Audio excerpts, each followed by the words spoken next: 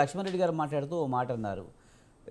AP రాష్ట్రం ఇప్పుడున్న పరిస్థితుల్లో అసలు ఇంత అప్పు చేసి 80,112 కోట్ల రూపాయలతో అప్పు చేసి ప్రాజెక్ట్ కట్టాల్సిన అవసరం లేదు. కట్టడం స్టార్ట్ చేసినా ఎప్పటికవుతుందో తెలియని పరిస్థితి. ముఖ్యంగా కమిషన్ల కోసం అవినీతి చేయడం కోసమే ఇలాంటి ప్రాజెక్టులు కడుతున్నారనే విమర్శ తోటి చేయడం జరిగింది.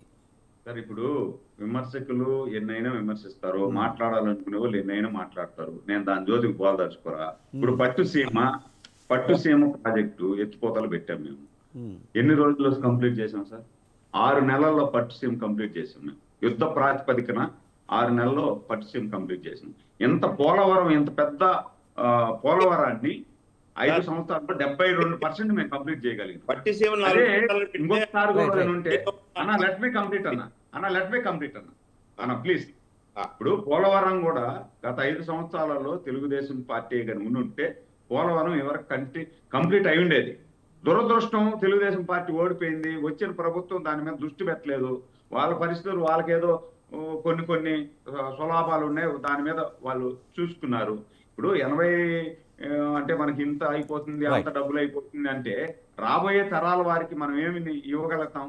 అంటే ఒక ఇన్ని సంవత్సరాలు అనే స్పాన్ పెట్టుకుంటే అన్ని సంవత్సరాల లోపల కంప్లీట్ చేసే విధంగా మనం ఒక సంపద సృష్టించాలా, తెచ్చుకోవాలా, ఇంకొక రకంగా మనం తీసుకోవాలి. రేపు ఇండస్ట్రీలు వస్తాయండి.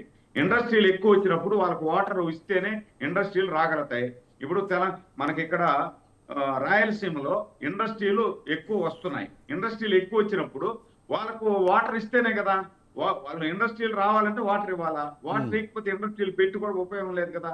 ఇప్పుడు మనకి తిరుపతి దగ్గరలో వెంకటగిరి రోడ్డు ఉంది. వెంకటగిరి రోడ్డు అంతా కూడా ఒక హార్డ్వేర్ హబ్గా తయారవుతుంది.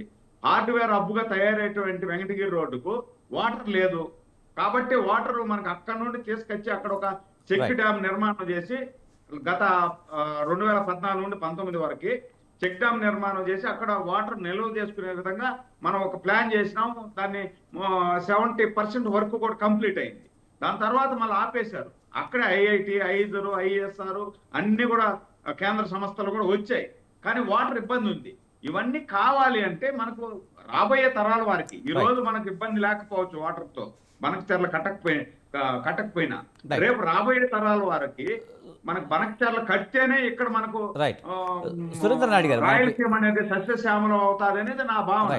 అట్లయితే రాయలసీమ సస్యశ్యామలం అయ్యే దానికోసం తెలంగాణని ఇబ్బంది పెట్టాలనో, లేకపోతే తెలంగాణ ఎడారిగా మార్చాలనో, తెలంగాణ వాడే నీళ్ళన్నీ కూడా మనం వాడుకోవాలనో ఇది మన నేచర్ కాదు. తెలంగాణ పైనుంది, వాడుకున్న తర్వాత మిగిలిన నీళ్ళే కిందికి వస్తాయి.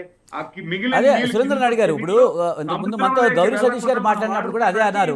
అంటే మీరు ఏదన్నా ఉంటే ముందుగా మాట్లాడి దాన్ని సామరస్యపూర్వకంగా పరిష్కరించుకుని అప్పుడు ప్రాజెక్టుకి వెళ్ళి ఉండాల్సింది, ముందే వెళ్ళడం అనేది కరెక్ట్ కాదనే భావన అయితే ఆయన వ్యక్తం చేయడం జరిగింది. మనతో పాటు రాజు నాయక్ గారు ఉన్నారు, ఆయనతో కూడా మాట్లాడదాం. రాజు నాయక్ గారు నమస్తే అండి. రైట్, మీరు మాట్లాడదు కానీ సార్, చాలాసేపు అయింది. ప్లీజ్ మీరు మాట్లాడితే మళ్ళీ అవకాశం వస్తుంది. ఇప్పుడు ఓకే, మనకు డిపిఆర్ రెడీ అయింది అనుకుందాం సార్. ఇప్పుడు కూడా ఏమైపోయింది సార్, కూర్చుందాం మాట్లాడదాం. నేను చంద్రబాబు నాయుడు బహిరంగంగా చెప్పారు, విలేకరులు ఏం అడిగినా కూడా బహిరంగంగా చెప్పారు. మనకి ఏదన్నా మీకు ఏదన్నా సమస్య ఉందంటే కేంద్రంలో కూర్చున్నాం, రేపు ఎల్లుండో మనకు మీటింగ్ ఉంది, మనం సామరస్యంగా అన్నదమ్ముల్లాగా మన ఏది ఉంది ఏమైనా మాట్లాడుకుందాం అని చంద్రబాబు నాయుడు గారు చెప్పారు. దీనికి కట్టుబడి ఉంటాం. వాళ్ళని ఇబ్బంది పెట్టాలా అని ఆడుండేది కూడా మా అన్నలు, మా తమ్ముళ్ళు, మా అక్కలు, మా చెల్లెళ్ళే. వాళ్ళు ఇబ్బంది పడాలని మన నేచర్ కాదు. రైట్, రాజు నాయక్ గారు మీరేమంటారు? బనకచర్ల ప్రాజెక్టుతో తెలంగాణకి అన్యాయం జరుగుతుంది.